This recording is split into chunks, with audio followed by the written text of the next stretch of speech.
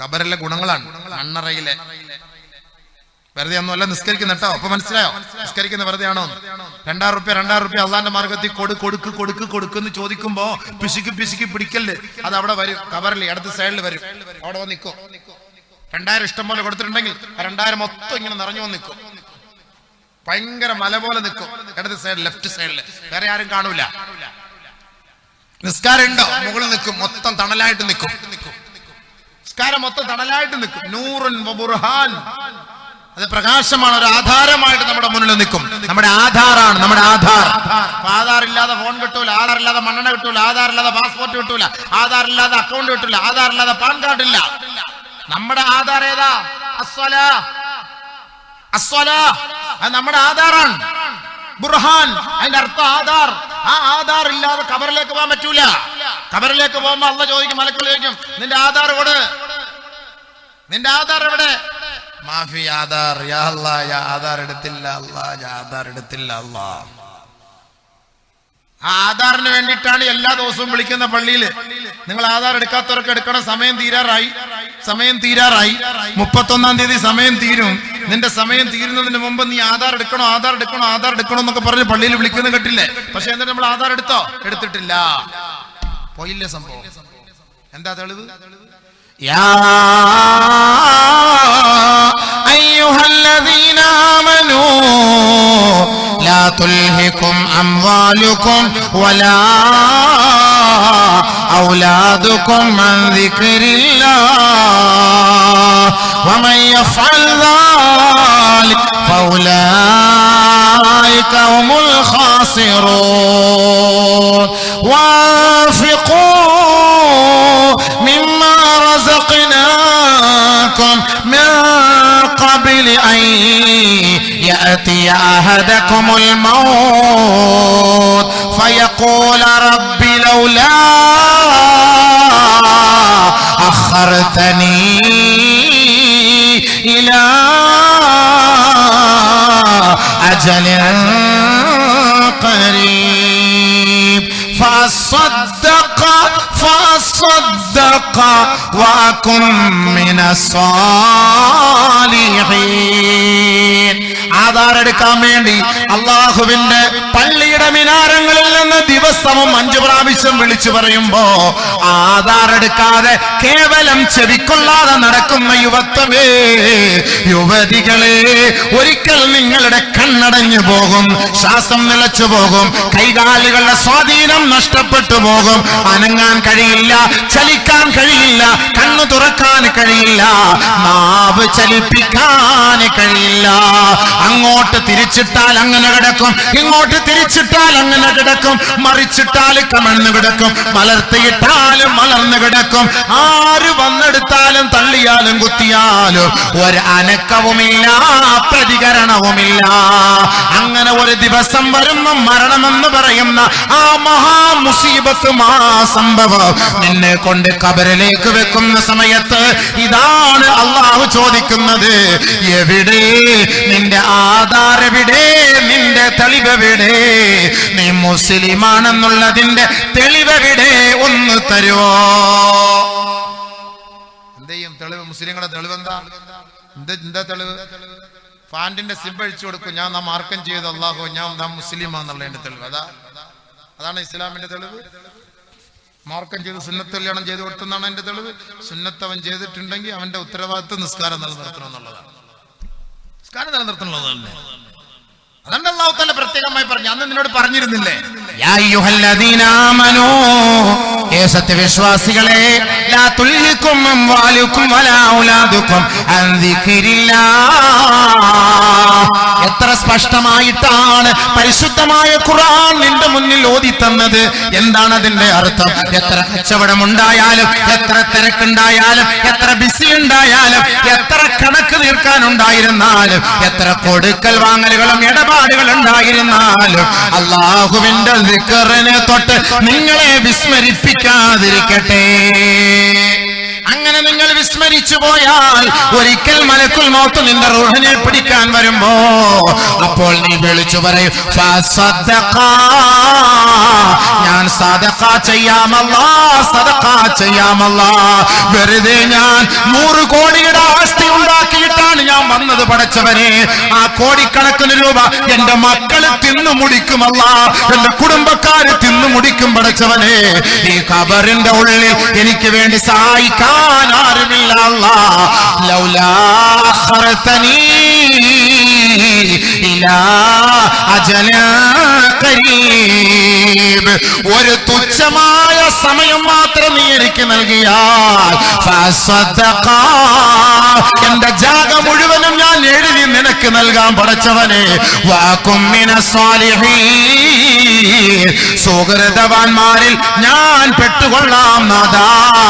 ഒരശ്ലീലങ്ങളോ ഒരു ദുഷിച്ച സ്വഭാവത്തിനോ കൂട്ടു നിൽക്കില്ല പടച്ചവനെ.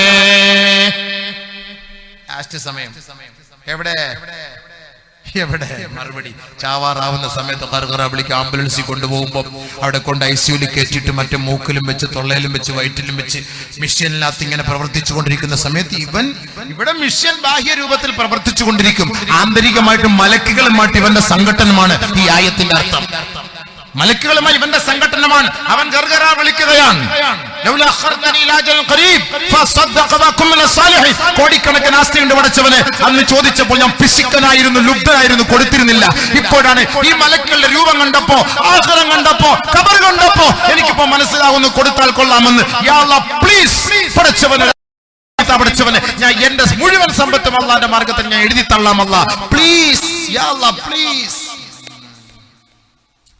لا يؤخر الله نفسا إذا جاء أجلها والله خبير بما تعملون. സമയമെത്തിയോ, അജലെത്തിയോ, ഒരൽപ്പം പോലും അല്ലാഹു മുന്തിക്കുകയില്ല, പിന്തിക്കുകയില്ല. അല്ലാഹു ഭൗതികമായ ലോകത്ത് നിനക്ക് തന്ന സമയം മുഴുവനും നീ റബ്ബിന് വേണ്ടി മാറ്റിവെക്കണേ. അങ്ങനെ വെച്ചാൽ ആ ഖബറിൽ നിനക്ക് ഒരു തണലും ഒരു സമാധാനവും ഒരു സന്തോഷവുമായി ഈ നന്മകൾ ഓടിയെത്തുമത്രേ. അതുകൊണ്ടാണ് ഫൈൻ കാന മുഅ്മിന, ഒരു സ്വാലിഹായ മനുഷ്യനാണ് മരിച്ചു ഖബറിൽ പോയതെങ്കിൽ കാനത്തി സ്വലാത്തു ഫൗഖ റഅസിഹി, അവന്റെ നമസ്കാരം അവന്റെ തലയ്ക്ക് മീതെ വന്നു നിൽക്കുമത്രേ. ഫയൂതൽ മലകു ബി ഫയൂതൽ മലകു അൻ റഅസിഹി, അവന്റെ തലയുടെ ഭാഗത്തുകൂടി മാലാഖമാർ കടന്നു വരികയാണ്. ഫതഖൂലു സലാ, മലക്കുകൾ ദണ്ഡുമായി ഈ മനുഷ്യനെ ചോദിക്കാൻ വേണ്ടി വരുമ്പോ ഫതഖൂലു സലാ, നമസ്കാരം പറയുകയാ. മാ ഖിബലി മദ്ഖൽ, മാ ഖിബലി മദ്ഖൽ, ഞങ്ങളുടെ ഭാഗത്തുകൂടി ഈ മനുഷ്യനെ ചോദിക്കാൻ ഞങ്ങൾ അനുവദിക്കുകയില്ല. സമരം സമരം ഇവിടെ മാത്രമല്ല, വയൽക്കിളി സമരം. ഇതിലെ കൂടെ ബൈപ്പാസ് പാടില്ല, റോഡ് പാടില്ല, ഇവിടെ സമരം ഉണ്ടാക്കാം. എൻഡോസൾഫാനെതിരെ സമരം ഉണ്ടാക്കാം. നമുക്കിവിടെ പല പല പ്രശ്നങ്ങൾക്കെതിരെ നമുക്ക് സമരം ഉണ്ടാക്കാം. പക്ഷേ ആ സമരമെല്ലാം ഭൗതികമായ ലോകത്താണ്. എന്നാൽ നമുക്ക് വേണ്ടി സമരം ചെയ്യുന്ന ഒരു വിഭാഗമുണ്ട്. നമുക്ക് വേണ്ടി ഖബറിൽ സമരം ചെയ്യുന്ന കുറെ ആളുകളുണ്ട്, കുറെ നന്മകളുണ്ട് നമ്മെ സംരക്ഷിക്കാൻ. അതാണല്ലോ ഈ സമരം എന്ന് പറയുന്നതാണല്ലോ. എൻഡോസൾഫാനിൽ ഇരയായവരെ സഹായിക്കണം, അവരെ സഹായിക്കാനാണ് ഈ സമരം. വയലുകളെ നികത്താൻ പാടില്ല, അതാണ് വയൽക്കിളി സമരം. അങ്ങനെ ഓരോരോ സമരങ്ങളൊക്കെ നമ്മുടെ നാട്ടിൽ വരുത്തുന്നതിന്റെ കാരണം എന്താണ്? അവരെ സംരക്ഷിക്കാനാണ്, ആ വയലിനെ സംരക്ഷിക്കാൻ, ഈ പാവപ്പെട്ടവരെ സംരക്ഷിക്കാൻ.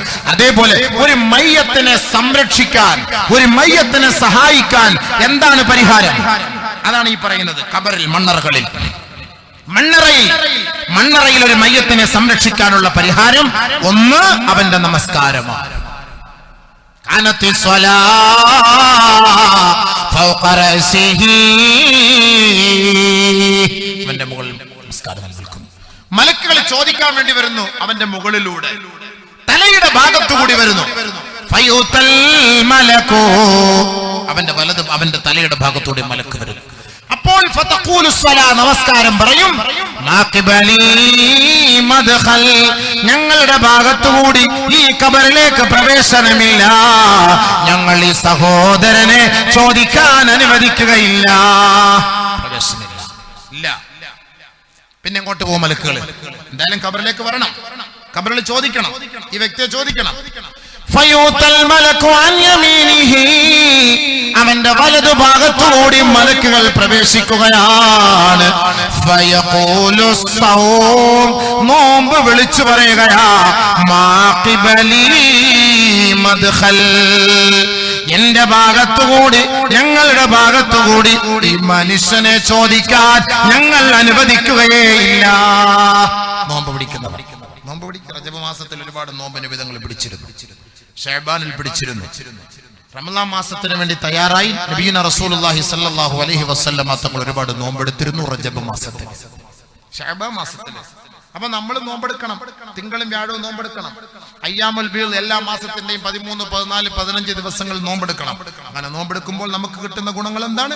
ഈ നോമ്പ് മുഴുവനും ഖബറിന്റെ വലത് ഭാഗത്തിലുണ്ടാകും, ഖബറിന്റെ വലത് ഭാഗത്തിലുണ്ടാകും. എല്ലാവരും പോകട്ടെ, എല്ലാവരും പോകട്ടെ, മാഫി മുഷ്കിൽ, ഒരു പ്രശ്നവുമില്ല. മണ്ണറയിൽ നമുക്ക് സമാധാനം, മണ്ണറയിൽ നമുക്ക് സന്തോഷം ഉണ്ടാകണം. അതാണ് വലത് ഭാഗത്ത്, ഖബറിന്റെ വലത് ഭാഗത്ത് നമ്മുടെ നോമ്പുകൾ ഉണ്ടാകും. അബൂ ഹുറൈറ റളിയല്ലാഹു തആല റിപ്പോർട്ട് ചെയ്യുന്ന ഹദീസാണ് ഇത്. അപ്പൊ മലക്കുകൾ വലത് ഭാഗത്തുകൂടി കയറി വരും. മാഖിബലി മദ്ഖൽ സമരം ഇല്ല ഇല്ല ഇല്ല. ഇവിടെ ഈ സഹോദരന്റെ പരിസരത്ത് കൂടി ഞങ്ങൾ പാലം പണിയാനോ ഞങ്ങൾ ഹൈവേ ഉണ്ടാക്കാനോ ഞങ്ങൾ സമ്മതിക്കൂല. എല്ലാ നോമ്പും അവിടെ യുദ്ധം ചെയ്യാണ്, മലക്കളെ അങ്ങോട്ട് കയറ്റുകയില്ല. പിന്നെ മലക്കൾ എന്ത് ചെയ്യും?